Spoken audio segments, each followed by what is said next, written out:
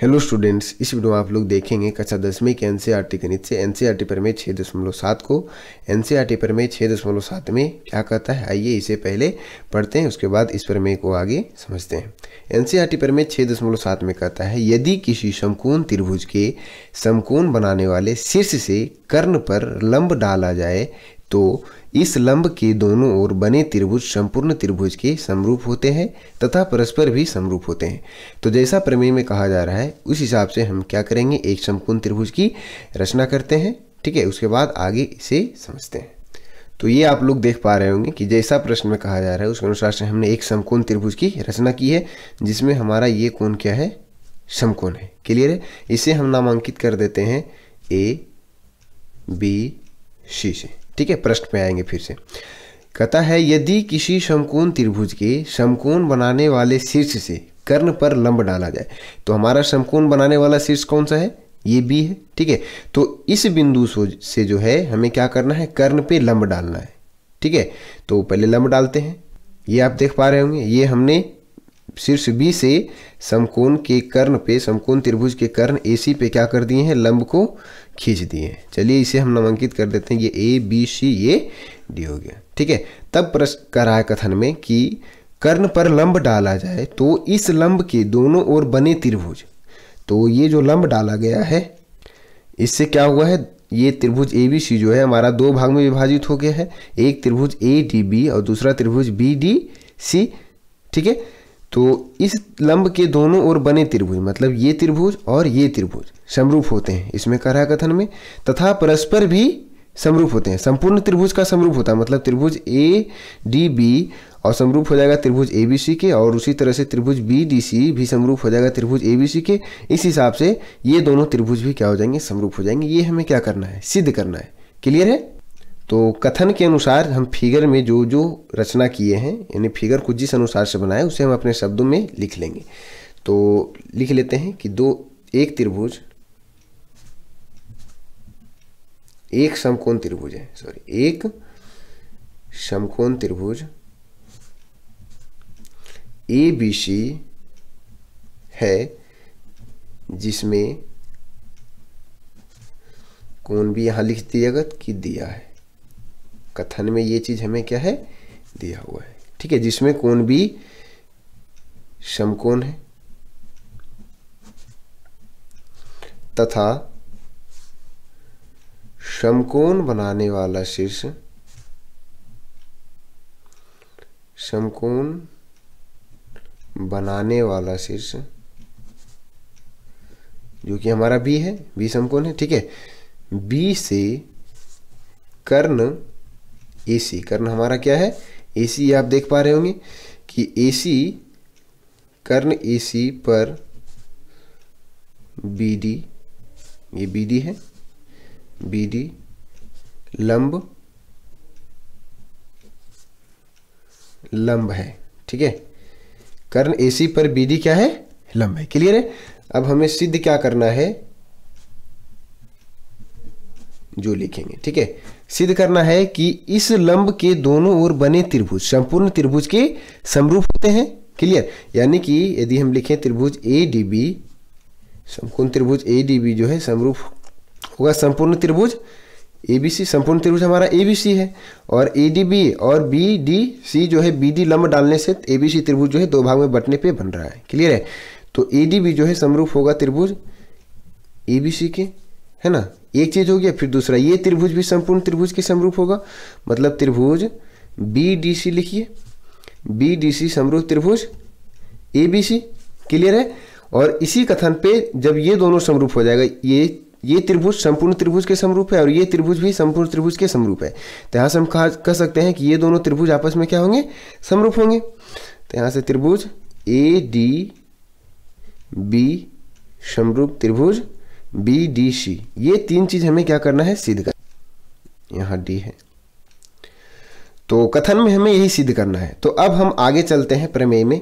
तो सबसे पहले हमने लिखे हैं कि त्रिभुज ADB समरूप त्रिभुज ABC हमें क्या करना है, सिद्ध करना है। तो आइए इसे सिद्ध करते हैं। त्रिभुज ADB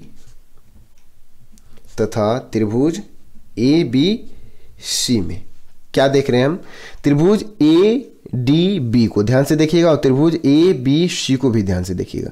तो त्रिभुज ए डी बी में जो है हमारा कोण ए डी बी समकोण है और त्रिभुज ए बी सी में हमारा कोण ए बी सी क्या है, समकोण है। तो यहाँ से हम लिखेंगे कोण ए, त्रिभुज ए बी डी का कोण ए डी बी बराबर कोण त्रिभुज ए बी सी का, त्रिभुज ए बी सी का कोण ए बी सी, कोण ए बी सी क्या है, समकोण है, यानी कि 90 डिग्री। तो ये दोनों जब ये भी 90 है ये भी 90 तो दोनों का वैल्यू बराबर हो जाएगा।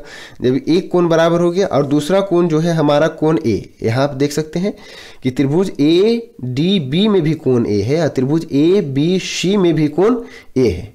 Clear, a d b clear, a b c दोनों में कोण ए है, तो मतलब कोण ए जो है दोनों त्रिभुज में क्या है, उभयनिष्ठ है। तो यहाँ से हम लिख सकते हैं त्रिभुज ए बी डी का कोण बी ए डी लिख देते हैं और बराबर त्रिभुज ए बी सी का कोण बी सी ए बी लिख देते हैं। ठीक है, त्रिभुज ए डी बी का कोण लिख दिए बी ए डी और त्रिभुज ए बी सी का लिख दिए कोण सी ए बी बराबर क्या आ गया, दोनों बराबर है। किस आधार पे, उभयनिष्ठ है। दोनों कोण क्या है, उभयनिष्ठ है, क्योंकि दोनों त्रिभुज में है उभयनिष्ठ कोण, इसलिए दोनों त्रिभुज क्या हो गए, बराबर हो गए। सॉरी, त्रिभुज नहीं, दोनों कोण जो है संगत कोण बराबर हो गए। मतलब यहाँ हम देख रहे हैं कि त्रिभुज ए डी बी और त्रिभुज ए बी सी में संगत दो कोण जो है आपस में क्या है, बराबर है। तो स्वाभाविक है कि हमारा जो तीसरा कोण बचा वो भी क्या हो जाएगा, तीसरे कोण के बराबर हो जाएगा। त्रिभुज ए डी बी का जो तीसरा कोण इसमें बचा ये कोण और त्रिभुज ए बी सी का जो तीसरा कोण बचा है कोण सी बचा है, तो कोण बी जो है इसमें कोण सी के बराबर हो जाएगा, है ना। या यहाँ से भी लिखा जा सकता है कि जब दो त्रिभुज के संगत दो कोण आपस में बराबर हो जाए तो ये दोनों त्रिभुज जो है ए समरूपता के आधार पर समरूप हो जाएंगे। इसलिए यहाँ से लिख सकते हैं ए समरूपता से त्रिभुज ए डी बी समरूप त्रिभुज ए बी सी, ये दोनों त्रिभुज क्या हो जाएंगे, समरूप हो जाएंगे। पहला हमें यही सिद्ध करना था जो कि सिद्ध हो चुका है, समझ रहे हैं। अब दूसरे में हम आते हैं, तो दूसरा सिद्ध करना हमारा त्रिभुज बी डी सी और समरूप त्रिभुज ए बी सी।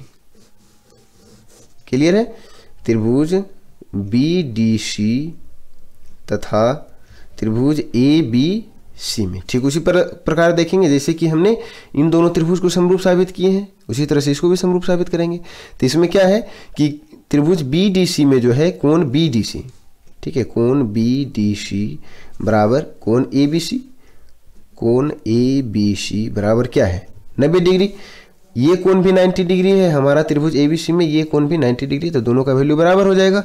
और इसमें कोण सी उभयनिष्ठ है, त्रिभुज ए बी सी में कोण सी और त्रिभुज बी डी सी में भी कोण सी है, तो दोनों त्रिभुज में है कोण सी। तो यहाँ से लिख सकते हैं कोण बी सी डी त्रिभुज बी डी सी में, है ना, त्रिभुज बी डी सी में कोण बी सी डी बराबर है कोण त्रिभुज ए बी सी का कोण बी सी ए के, ठीक है, बी सी ए के किस आधार पे, उभयनिष्ठ कोण है, इसलिए दोनों बराबर है। तो यहां से हम ये भी कह सकते हैं कि जब दो कोण त्रिभुज में बराबर हो गया था, तीसरा कोण ए जो है कोण इस कोण के बराबर हो जाएगा, समझ रहे हैं। तो दो त्रिभुज के जब संगत दो कोण आपस में बराबर हो जाए तो तीसरा कोण भी बराबर ही हो जाता है ना। या दो कोण बराबर है तो उस आधार पे भी, यानी कि ए समरूपता के आधार पे ये दोनों त्रिभुज समरूप हो जाएंगे। त्रिभुज बी डी सी समरूप त्रिभुज ए बी सी। क्लियर है, इसे हम समीकरण 1 बना देते हैं, 1, और इसे समीकरण 2 बना देते हैं। तो यहां तक तो आप लोगों को कोई दिक्कत नहीं होना चाहिए। तो ये हम देख रहे हैं, ये हमें पहला सिद्ध करना था जो कि हम पहले सिद्ध कर दिए, और दूसरे में आ गए तो ये हमारा दूसरा भी सिद्ध हो गया, त्रिभुज बी डी सी जो है समरूप हो गया त्रिभुज ए बी सी के। अब यहाँ हम देख रहे हैं कि समीकरण 1 और समीकरण 2 में जो है त्रिभुज ए बी सी और त्रिभुज ए बी सी क्या है, उभयनिष्ठ है ना। तो ये त्रिभुज जो है त्रिभुज ए बी सी के समरूप है और ये त्रिभुज भी हमारा क्या है, त्रिभुज ए बी सी के समरूप है। तो जब दोनों त्रिभुज ए बी सी के समरूप है तो ये त्रिभुज और ये त्रिभुज भी क्या हो जाएंगे, आपस में समरूप हो जाएंगे। तो यहाँ से लिख दीजिएगा आप कि समीकरण 1 एवं 2 से, है ना, त्रिभुज ए डी बी समरूप त्रिभुज बी डी सी। क्लियर है यहाँ तक। यही चीज हमें क्या करना था, प्रश्न में सिद्ध करना था। प्रश्न यानी कि एनसीईआरटी प्रमेय 6.7 कि कथन में जो कह रहा था कि बने त्रिभुज जो है संपूर्ण त्रिभुज के समरूप होते हैं। जो त्रिभुज बने हैं संपूर्ण त्रिभुज के आपस में भी क्या होते हैं, समरूप होते हैं। तो ये चीज़ सिद्ध करना था। तो आशा करते हैं कि आप लोग NCERT प्रमेय 6.7 को बेहतर तरीके से समझे होंगे। और यदि वीडियो पसंद आया है तो वीडियो को लाइक कर अपने दोस्तों के साथ शेयर अवश्य कर लीजिएगा। मिलते हैं इसके अगली वीडियो में, तब तक आप हमारे चैनल पे बने रहेंगे। धन्यवाद।